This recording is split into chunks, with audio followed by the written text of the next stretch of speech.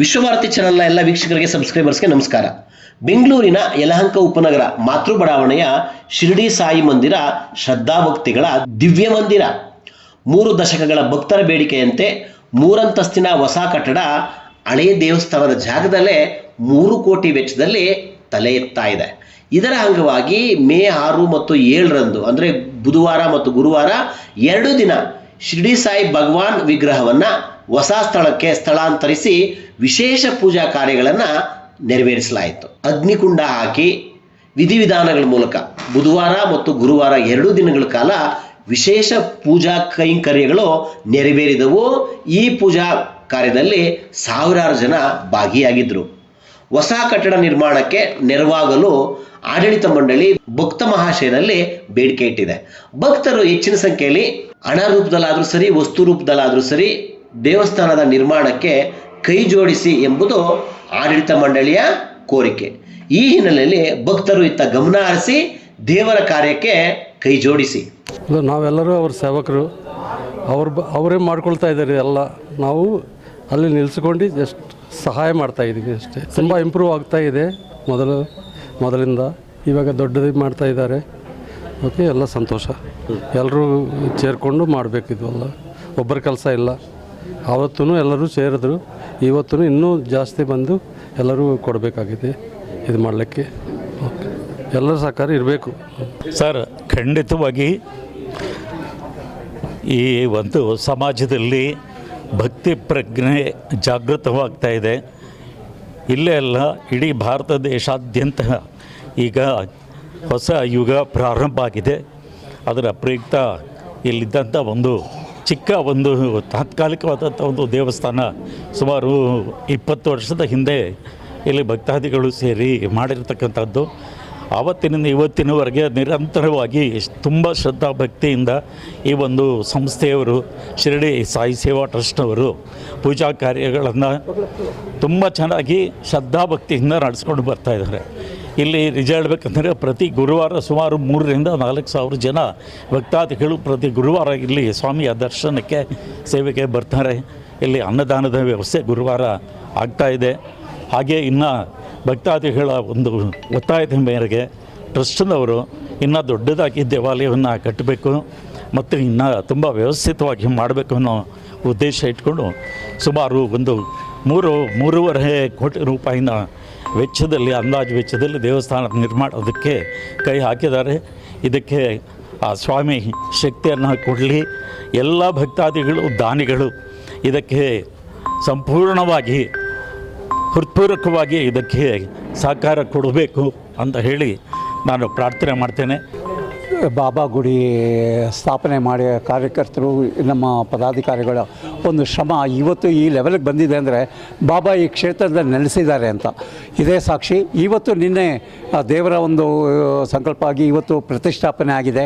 ಈ ಪದಾಧಿಕಾರಿಗಳು ಏನಿದ್ದಾರೆ, ರೆಡ್ಡಿಯವರು, ಮೋಹನ್ ಅವರು, ನಮ್ಮ ಚಂದ್ರಶೇಖರ್ ಅವರು ತುಂಬ ವಿಶೇಷವಾಗಿ ಹಗಲಿರುಳು ದುಡಿದು ಈ ಸ್ಥಾನಕ್ಕೆ ತಂದಿದ್ದಾರೆ. ಅಂದರೆ ದೇವರು ಒಬ್ಬರೇ ಕೆಲಸ ಮಾಡೋಕ್ಕಾಗಲ್ಲ ಅಂತ ಇಂಥವ್ರನ್ನ ದೇವರು ಸೃಷ್ಟಿ ಮಾಡಿ ಅವರ ಕೆಳಗೆ ಕೆಲಸ ಮಾಡ್ತಾಯಿದ್ದಾರೆ. ಈ ಕ್ಷೇತ್ರಕ್ಕೆ ಅಭಿವೃದ್ಧಿ ಹೆಂಗಿದೆ ಅಂದರೆ ದಿನೇ ದಿನೇ ದೇವರದು ಎಲ್ಲ ಭಕ್ತಾದಿಗಳು ಹೆಚ್ಚಾಗ್ತಾ ಇದ್ದಾರೆ. ಅದೇ ಥರ ದೇವಸ್ಥಾನ ದೊಡ್ಡ ಮಟ್ಟದಲ್ಲಿ ಒಂದು ಮಂಟಪ, ದೊಡ್ಡ ಮಹಲ್ ಕಟ್ಟಬೇಕು ಅಂತಿದ್ದಾರೆ. ಅದು ಪರಿಪೂರ್ಣ ಆಗುತ್ತೆ. ಇವರ ಸಂಕಲ್ಪದಲ್ಲಿ ಆ ಶಕ್ತಿ ಇದೆ. ಬಾಬಾ ಗುಡಿ ಈ ಕ್ಷೇತ್ರದಲ್ಲಿ ಪವಿತ್ರವಾಗಿ ನೆಲೆಸುತ್ತೆ. ಭಕ್ತಾದಿಗಳಿಗೆ ಈ ಸುಕ್ಷೇತ್ರದಲ್ಲಿ ಒಳ್ಳೆಯದಾಗುತ್ತೆ. ಎಲ್ಲರಿಗೂ ಶುಭವಾಗಲಿ. ನನ್ನ ಹೆಸರು ಕಲಾ. ನಾನು ರೈಲ್ವೆ ವೀಲ್ ಆ್ಯಂಡ್ ಆಕ್ಸಿಲ್ನಲ್ಲಿ ಕೆಲಸ ಮಾಡ್ತೆ. ಈಗ ರಿಟೈರ್ ಆಗಿದ್ದೀನಿ. ಇಲ್ಲಿ ನಾನು ವಾಲಂಟಿಯರ್ ಆಗಿ ಕೆಲಸ ಮಾಡ್ತಾಯಿದ್ದೀನಿ. ಈ ದೇವಸ್ಥಾನ ಶುರು ಆಗೋ ದಿವಸದಿಂದ ಬಂದಿದ್ದೀವಿ. ಆ್ಯಂಡ್ ನಮ್ಮ ಲೈಫ್, ನಮ್ಮ ಪರ್ಸ್ನಲ್ ಇದನ್ನಲ್ಲೂ ಎವ್ರಿ ಡೇ ನಾವು ದೇವ್ರಿಗೆ ನಮ್ಗೆ he personally comes and gives us information. And ಅವರೇ ನಮ್ಮಲ್ಲಿ ಬಂದು ನಮಗೆ ಇದು ಮಾಡ್ತಾರೆ. ಆ್ಯಂಡ್ ಎಲ್ಲ ವೀಲ್ ಆ್ಯಂಡ್ ಆಕ್ಸಲ್ನಲ್ಲಿ ಎಲ್ಲರಿಗೂ ಈ ದೇವಸ್ಥಾನದ ಮೇಲೆ ತುಂಬ ಇದೆ. ದೇವರು ಪ್ರತಿಷ್ಠೆಯಾಗಿ ಅವ್ರು ನಿಂತ್ಕೊಂಡು ನಮ್ಮ ಕೆಲಸಗಳು ಮಾಡಿಕೊಡ್ತಾ ಇದ್ದಾರೆ. ಈಸ್ ದೇರ್, ಬಾಬಾ ಈಸ್ ದೇರ್. ನಾನು ಮಲ್ಲೇಶ್ವರ ರೆಡ್ಡಿ ಅಂತ, ನಾನು ಸಿವಿಲ್ ಇಂಜಿನಿಯರು. ಈಗ ನಾನು ಮಾತೃ ಲೇಔಟಲ್ಲಿ ಇರೋದು.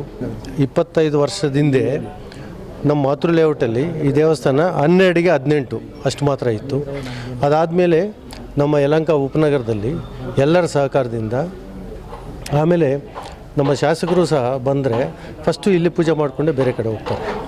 ಆಮೇಲೆ ನಮ್ಮದೆಲ್ಲ ನಮ್ಮ ಅಸೋಸಿಯೇಷನವರು ಆಗಲಿ ದೇವಸ್ಥಾನ ಟ್ರಸ್ಟಿಯವರಾಗಲಿ ಒಂದು ಟೀಮ್ ವರ್ಕಿಂದ ನಿಸ್ವಾರ್ಥತೆಯಿಂದ ಎಲ್ಲ ಕೆಲಸಗಳು ನಾವು ಯಾರಿಗೆ ಯಾವುದೂ ಒಂದು ಭಿನ್ನಾಭಿಪ್ರಾಯ ಬರದೇ ಇರೋಂಗೆ ಬೇರೆಯವ್ರಿಗೂ ತೊಂದರೆ ಕೊಡದೇ ಇರೋಂಗೆ ದಿನೇ ದಿನೇ ಅಭಿವೃದ್ಧಿ ಮಾಡ್ತಾಯಿದ್ವಿ. ನಮ್ಮ ಕೈಯಲ್ಲಿ ಎಷ್ಟಾಗುತ್ತೋ ಅಷ್ಟು ನಾವು ಮಾಡ್ತಾಯಿದ್ವಿ.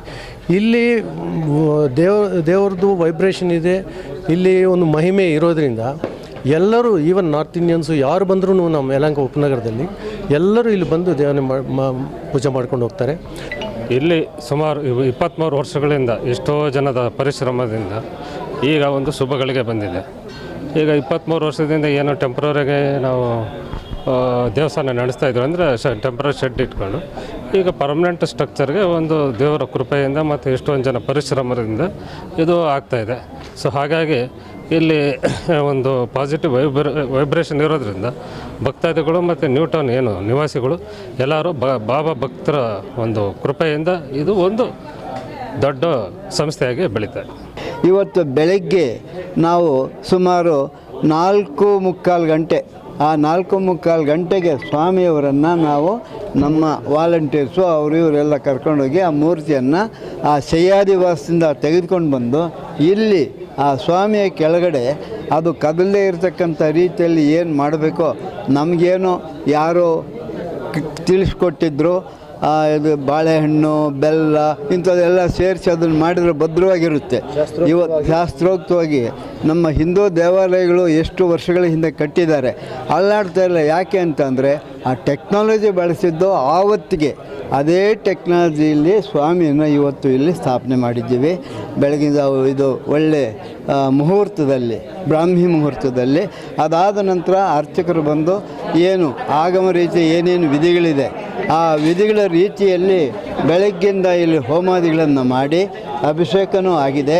ಅಭಿಷೇಕ ಆಗಿ ಈಗ ಅಲಂಕಾರ ಆಗಿ ಆಮೇಲೆ ಮಹಾಮಂಗಳಾರತಿ ಆಗ್ತದೆ. ಮಹಾಮಂಗಳಾರತಿ ಆದಮೇಲೆ ಜನರಿಗೆ ಇವತ್ತು ನಾವು ಮುಖ್ಯವಾಗಿ 3 ವಿಧ ಪ್ರಸಾದ ಮಾಡಿದ್ದೀವಿ. ಏನಂತಂದರೆ ಒಂದು ಸಿಹಿ, ಮತ್ತೊಂದು ಖಾರ, ಇನ್ನೊಂದು ಇವತ್ತೇನಪ್ಪ ಕರ್ಡ್ ಮೊಸರನ್ನ. ಎಸ್, ಈ 3 ಪ್ರಸಾದ ವ್ಯವಸ್ಥೆ ಇವತ್ತು ಎಷ್ಟು ಜನ ಬಂದರು, 2000 ಜನ ಬಂದರೂ ಸಹ ಅವ್ರಿಗೆ ಪ್ರಸಾದ ಸಿದ್ಧವಾಗಿದ್ದೀವಿ. ಇಷ್ಟು ಮಾಡಿದ್ವಿ. ನಮ್ಮ ದೇವಸ್ಥಾನದವರು ಬಾಬಾ ದೇವಸ್ಥಾನದಿಂದ ಅವ್ರದ್ದೊಂದು ಎಸ್ಟಿಮೇಷನ್ ಅಂತ ಇದೆ, ಇಷ್ಟು ಅಂತ ಒಂದು ಮಾಡ್ಕೊಂಡಿದ್ದಾರೆ. ಅದಕ್ಕೆ ಅವರು ಯಾವುದೇ ರೂಪದಲ್ಲಾದರೂ ಆಗಲಿ ಅವರೊಂದು ಸಹಾಯ ಮಾಡ್ಬೋದು. ಇಷ್ಟೇ ಕೊಡಬೇಕು ಅಷ್ಟೇ ಕೊಡಬೇಕು ಅಂತ ಇಲ್ಲಿ ಯಾರೂ ರೂಲ್ ಮಾಡಿಲ್ಲ, ಏನೂ ಆ ಥರ ಇದು ಮಾಡಿಲ್ಲ. ಈಗ ಒಂದು ಸಿಮೆಂಟಿಗೆ ಕೊಡ್ಬೋದು, ಒಂದು ಕಬ್ಬಣಕ್ಕೆ ಕೊಡ್ಬೋದು, ವಸ್ತು ರೂಪದಲ್ಲಿ ಕೊಡ್ಬೋದು, ಇಲ್ಲ ಧನ ರೂಪದಲ್ಲಿ ಕೊಡ್ಬೋದು. ಅವ್ರ ಸೇವೆನ ಯಾವ ಥರ ಬೇಕಾದರೂ ಇಲ್ಲಿ ಯುಟಿಲೈಸ್ ಮಾಡಿಕೊಂಡು ಕೊಡ್ಬೋದು.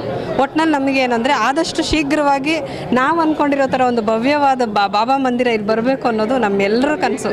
ಅದು ಈಡೇರಿದ್ರೆ ನಮಗೆ ಸಾಕು. ನಾವು ರೆಗ್ಯುಲರ್ ಗುರುವಾರ ಮತ್ತು ಪ್ರತಿ ಇದು ಹುಣ್ಣಿಮೆ ದಿನ ಸತ್ಯನಾರಾಯಣ ಸ್ವಾಮಿ ಪೂಜೆ ಇರುತ್ತೆ, ಮತ್ತು ದತ್ತ ಜಯಂತಿ ಇರುತ್ತೆ, ದೀಪೋತ್ಸವಗಳಿರುತ್ತೆ. ಪ್ರತಿಯೊಂದಕ್ಕೂ ನಾವು ಅಟೆಂಡ್ ಆಗ್ತೀವಿ. ಬೇರೆಯವರು ಬಂದು ಇಲ್ಲಿ ಸ್ವಯಂ ಸೇವೆ ಮಾಡ್ತೀವಿ ಅಂದರೆ ನಮ್ಮದೇನೂ ಇಲ್ಲ. ಆ ಧಾರಾಳವಾಗಿ ಬಂದು ಸೇವೆ ಮಾಡ್ಬೋದು. ಒಂದು ಒಳ್ಳೆ ಕೆಲಸ ಮಾಡಲಿಕ್ಕೆ ಸಾವಿರಾರು ಜನ, ಲಕ್ಷಾಂತರ ಜನ ಇರಬೇಕು, ಕೋಟ್ಯಾಂತರ ರೂಪಾಯಿ ದುಡ್ಡಿರಬೇಕು ಅಂತ ಹೇಳ್ತಾರೆ. ಜೊತೆಗೆ ಒಂದು ಒಳ್ಳೆ ಮನಸ್ಸಿರಬೇಕು. ಆ ಮನಸ್ಸಿರ್ತಕ್ಕಂಥ ಸಾವಿರಾರು ಜನ ಒಂದು ಕಡೆ ಸೇರಿಕೊಂಡ್ರೆ ಅದೇ ಆನೆ ಬಲ. ಆ ರೀತಿಯ ಆನೆ ಬಲ ರೀತಿಯ ದೇವಸ್ಥಾನದ ನಿರ್ಮಾಣಕ್ಕೆ ಯಲಹಂಕ ಉಪನಗರದ ಸತ್ಯಸಾಯಿ ದೇವಸ್ಥಾನದ ಭಕ್ತರು ಮುನ್ನುಗ್ತಾ ಇದ್ದಾರೆ. ಇವರಿಗೆ ಮತ್ತಷ್ಟು ಶಕ್ತಿ ಬರುವಂತಾಗಲಿ, ಆದಷ್ಟು ಶೀಘ್ರವಾಗಿ ನೂತನ ಕಟ್ಟಡ ನಿರ್ಮಾಣ ಆಗಲಿ, ಜನಸಮಾಜದಲ್ಲಿ ಧಾರ್ಮಿಕ ಶ್ರದ್ಧಾಭಕ್ತಿಗಳು ಹೆಚ್ಚಾಗಲಿ. ಶಶಾಂಕ್ ಜೊತೆ ಸುರೇಶ್ ಬಾಬು, ವಿಶ್ವಭಾರತಿ, ಯಲಹಂಕ. ನೀವಿನ್ನೂ ಆರ್ಟ್ ವಿಶ್ವಭಾರತಿ 24 ಚಾನಲ್ನ ಸಬ್ಸ್ಕ್ರೈಬ್ ಮಾಡ್ಕೊಳ್ಳಿಲ್ಲ ಅಂದರೆ ಸಬ್ಸ್ಕ್ರೈಬ್ ಮಾಡ್ಕೊಳ್ಳಿ. ನಮ್ಮ ವಿಡಿಯೋ ಕಂಟೆಂಟ್ ಇಷ್ಟ ಆದರೆ ಲೈಕ್ ಮಾಡಿ, ಶೇರ್ ಮಾಡಿ, ಕಮೆಂಟ್ ಮಾಡಿ.